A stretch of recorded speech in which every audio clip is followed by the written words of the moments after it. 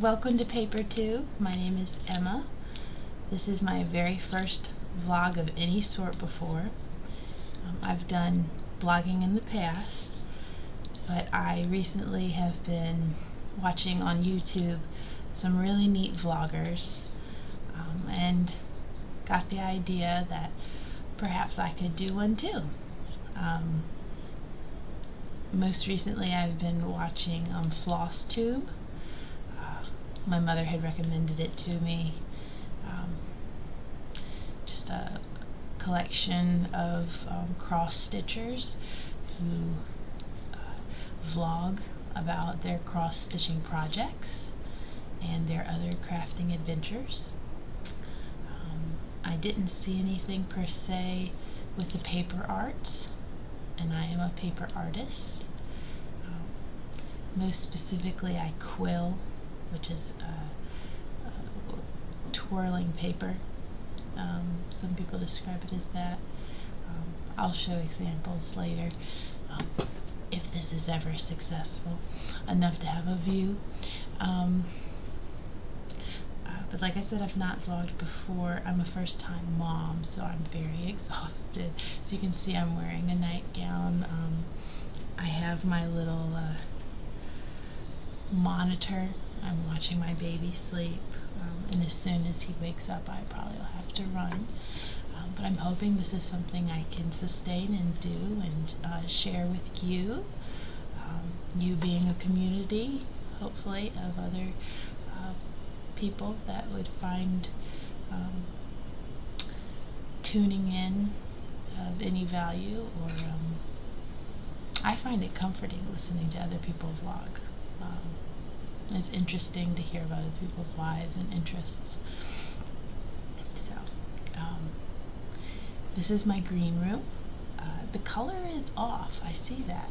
I am by no means good with video or photography or with technology in general, but I will learn.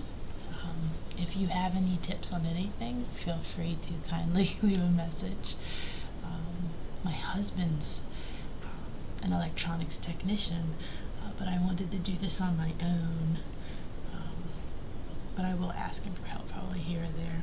I wear glasses, but as you can see, I'm using light from above, so the glare, it's pretty substantial, so I will keep them off because the computer is so close that I can go ahead and I can see what I need to right there.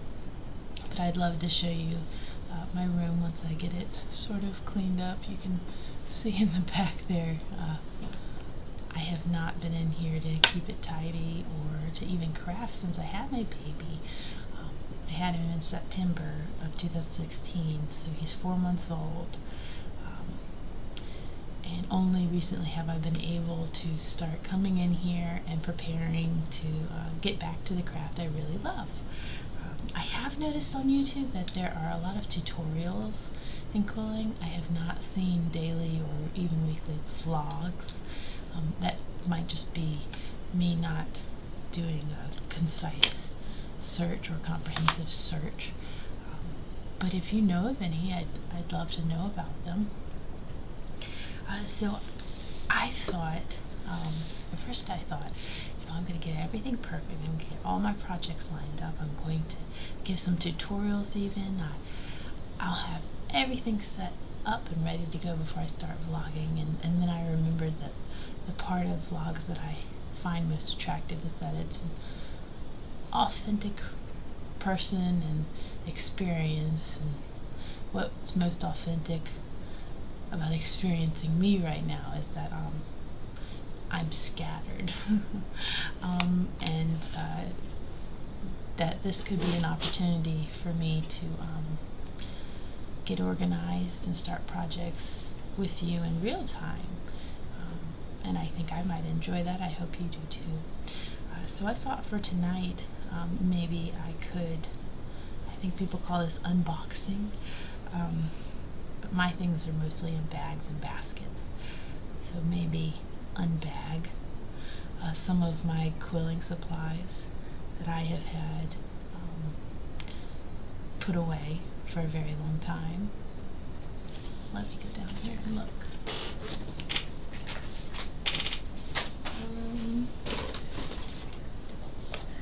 Okay. Well,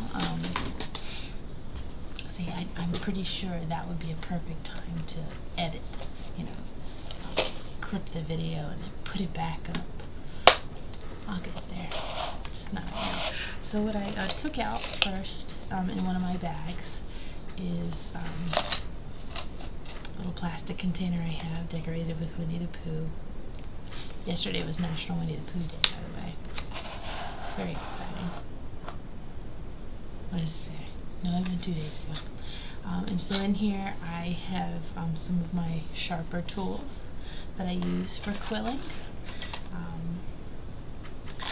I have a set of tweezers that originally were used with stamps, stamp collections.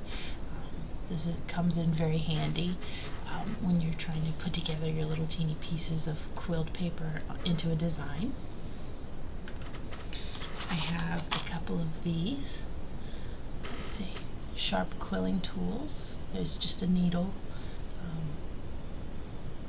and it's stuck into a handle. I find this, it's certainly the slowest way to quill, outside of just using your hands and no tool, but it requires, so sorry, it requires you to use a finger and pressure to sort of anchor your paper and then roll it while keeping paper taut on your finger.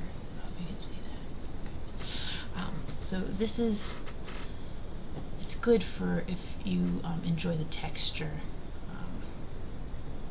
That sort of way of rolling is kind of cathartic, but certainly not the quickest way to quill. I have a mallet, a little teeny mallet. My little teeny mallet is helpful for pressing down on paper when I wanted to get it very thin. I really enjoy multimedia quilling, so I in addition to paper, and I use pre-cut paper, but I also mostly enjoy using handmade papers that I make. I like using beads and little teeny seashells and flocking, for anyone who loves flocking. It's that soft, short fur fuzz that you can attach with glue. Foil, wood, glass. I like lots of different things, and I like different depths to my quilling. So sometimes I will need a mallet to go ahead and squish what I've so carefully twirled so that it looks a certain way, so it has structure. Not very orthodox in the way I quill. I did when I began, and that'll be fun to share with you how I began quilling. But now I really like it to look nothing like traditional quilling in terms of the finished product. Then I have a really neat tweezers, which has a magnifying glass on the front of it. Also good for finishing and putting things together. That's everything in this. Put it all back in there. What's noticeably missing is my slotted tools for anyone who quills, or for anyone who doesn't yet. It is a, most of the time, metal or plastic tool that has a slot chiseled into it, and those are the most popular and useful, and I think easy and quick ways to start quilling. I'm not sure which of these bags my quilling tools are in, but I used them, well, I picked them up recently when I was getting my motivation to start these videos. So I know they're somewhere in here and that they're not lost. What do you think? Should I go through one more? It's kind of really exciting. I guess what I didn't think through is where I'm going to put it now. I know it's in it. I mean, I guess I could. I think I'll lay it out here on a trunk. I don't know if I can show you all here. I'm sorry if it's annoying to see the glare. Let's see if I can turn this. There we go. I see. You can better see my nightgown. It has Charlie Brown and peanuts on it. Oh, yeah, I'm sure this is very annoying to watch. Maybe I'll stop. I'll just leave it back to where it was. Okay. Well, I'll put it over there on that trunk. Okay. Alright. Well, it has been 10 minutes and 54 seconds. Maybe I'll go ahead and stop and edit in some pictures of some quilling projects that I've done in the past. And I truly appreciate if you're watching this, your patience with me, not having done any of this before, but having been a consumer of it and loving it. And I would love to know if you're a quiller, or if you do other paper art, or if you have your own channel of paper arts, any of the above, and otherwise.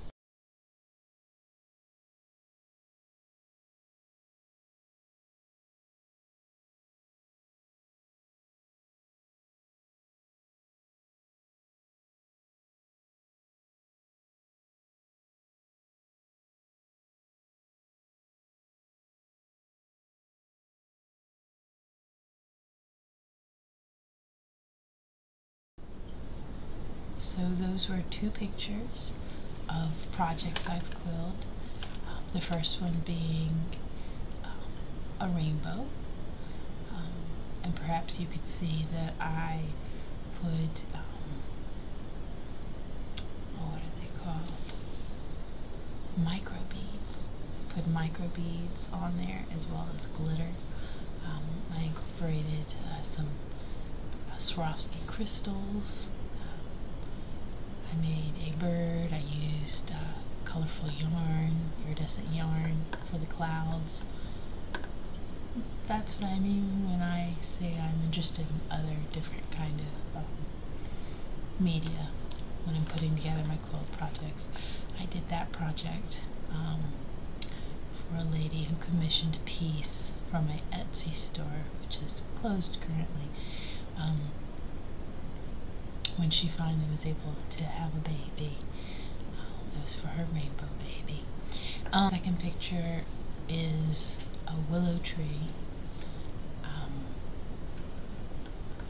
which coincidentally was commissioned by the same lady to represent the daughter that didn't make it, and I feel like I've enjoyed working on that piece more than any other quilt piece I've done, I'm pretty sure.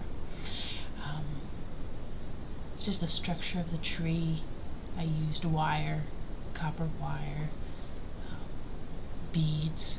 I enjoyed glitter, and the bronze paper I used at the bottom was textured, and the coils were loose enough that you could see the imprint of flowers on those coils.